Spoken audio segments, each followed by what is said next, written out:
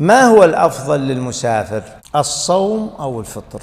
هذه المسألة العلماء اختلفوا فيها اختلافا مشهورا، ونستطيع أن نقسم المسافر إلى عدة أحوال، ممكن تصل إلى أربعة أحوال أو 5 أحوال، كل حالة لها حكم بحسب الأدلة الشرعية.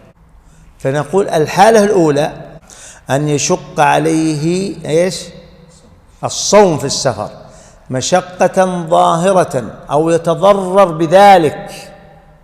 هنا نقول إما أن يحرم عليه الصوم أو يكره له كراهية شديدة بحسب الحال التي هو عليها. فإن شق عليه حتى وصل إلى الضرر فهو حرام، وإن شق عليه مشقة شديدة لكن ما يتضرر نقول يكره كراهية شديدة. والدليل على هذا قول النبي صلى الله عليه وسلم لمن صام في السفر بعد أن شق عليه الصيام: أولئك العصاة، فسماهم عصاة، لأنهم تركوا الرخصة مع شدة الحاجة والاضطرار إليها، فوصفهم بالمعصية، قال أولئك العصاة.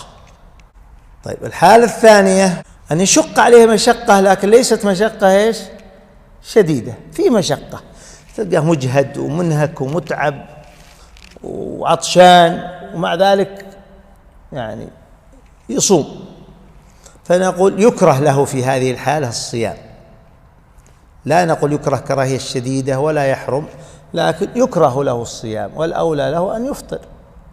والدليل على هذا أيضا قول النبي صلى الله عليه وسلم لما رأى رجلا ظلل عليه فيه مشقة واشتد عليه الأمر قال: ليس من البر الصيام في السفر، ليس من البر الصيام في السفر.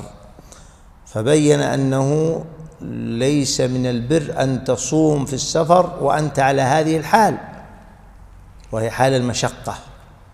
الحالة الثالثة أن لا يشق عليه الصيام في السفر، ما يشق عليه أن يصوم في السفر، لكن يشق عليه القضاء، يشق عليه القضاء. مثل ماذا؟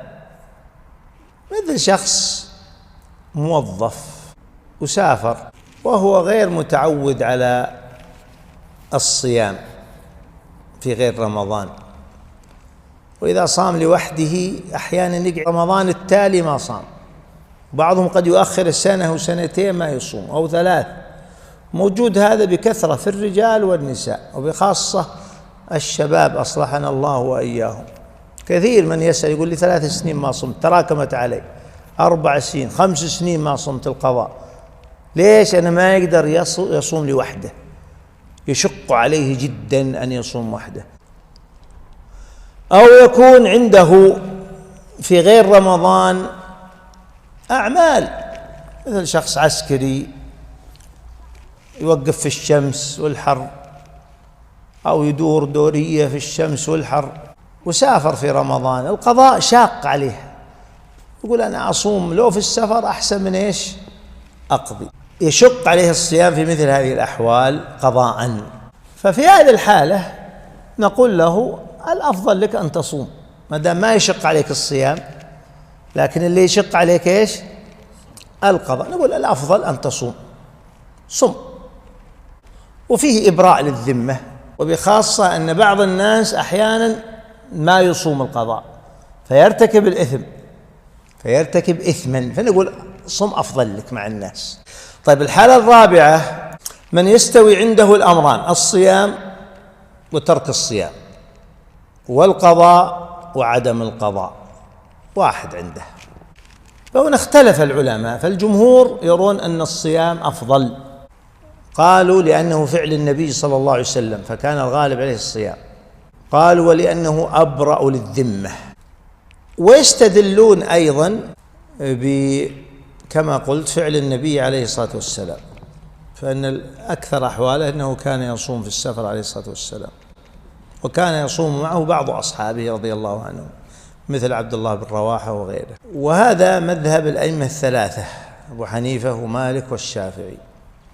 والقول الثاني أن الفطر أفضل، الفطر أفضل، وهو مذهب أحمد وكثير من أهل الحديث، واختاره شيخ الإسلام ابن تيمية وابن القيم وشيخنا الشيخ ابن باز رحمه الله وغيرهم من العلماء.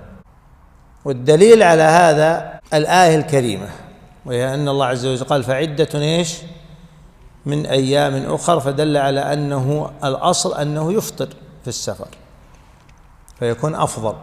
وأيضا قالوا إنها رخصة، والأخذ بالرخص أولى من تركها. ثبت في حديث ابن عمر وغيره أن النبي صلى الله عليه وسلم قال إن الله يحب أن تؤتى رخصه. واستدلوا أيضا بالأحاديث التي تنهى عن الصيام، ليس من البر الصيام في السفر وما أشبهه من الأدلة. وهذا القول أقرب من الأول من حيث الأدلة، فالأفضل للصائل المسافر أن يفطر في رمضان إذا كان يستوي عنده الفطر والصوم والقضاء وعدمه، ففي هذه الحالة الأولى له أن يفطر ثم يقضي أخذا بالرخصة. ويؤيد هذا الحديث الذي ذكرناه سابقا، حديث حمزة بن عمرو الأسلمي الذي رواه مسلم في صحيحه، أنه سأل النبي صلى الله عليه وسلم فقال إنما هي رخصة، فمن أخذ بها فهو حسن، ومن تركها فلا حرج عليه، أو كما قال عليه الصلاة والسلام. فهذا الحديث يدل على أن الأفضل الأخذ بالرخصة، لأن النبي صلى الله عليه وسلم قال من أخذ بها فهو إيش؟ حسن، استحسن الأخذ بها. هذا ما يتعلق بمسألة المفاضلة. بقي عندنا حالة خامسة، الحالة الخامس أو الحالة الخامسة أن يستفيد المسافر بالفطر فائدة إضافية، بأن يكون المسافر مسافرا في جهاد في سبيل الله عز وجل، فيستفيد بالفطر القوة على إيش؟